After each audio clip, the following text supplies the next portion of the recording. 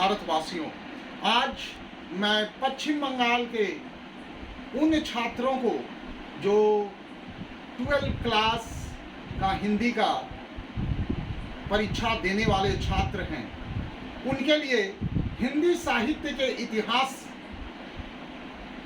का मैं आपके सामने प्रस्तुतिकरण करने जा रहा हूं। और हिंदी साहित्य के इतिहास का भाग है खड़ी बोली।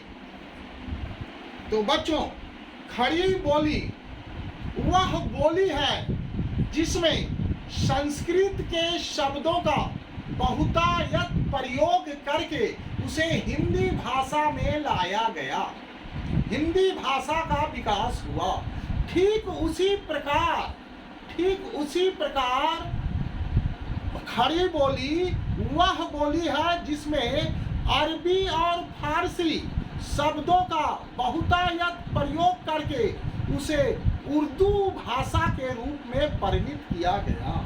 खड़ी बोली यानी ठेठ बोली। देखिए, खड़ी बोली का उद्गम क्या है, इसके बारे में जाने। खड़ी बोली का तात्पर्य है, आप पढ़े होंगे, खड़ी पाई।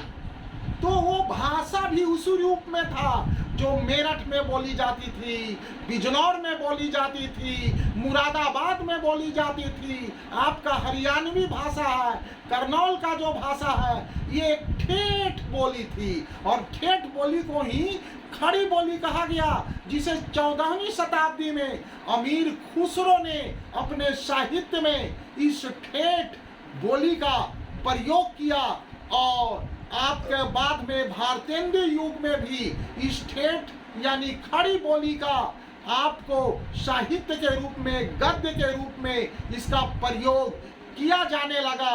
और जब द्विवेदी युग का पीरियड आया तो गद्य के साथ साथ पद्य में भी खड़ी बोली का प्रयोग किया जाने लगा।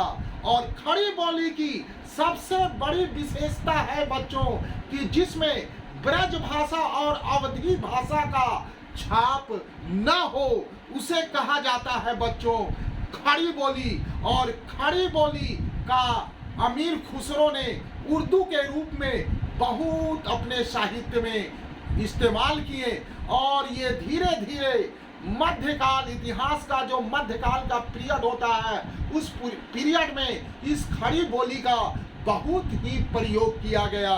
और खड़ी बोली के रूप में मैंने आपको तो बताया, भक्ति काल के कुछ संत थे जो कबीर थे, अपने काव्य में भी खड़ी बोली का ये प्रयोग किए हैं। इस प्रकार मैंने आपको परिचय दिया कि खड़ी बोली किस प्रकार हिंदी भाषा के रूप में परिणित हुआ, खड़ी बोली किस प्रकार उर्दू भाषा के रूप में परिणित हुआ।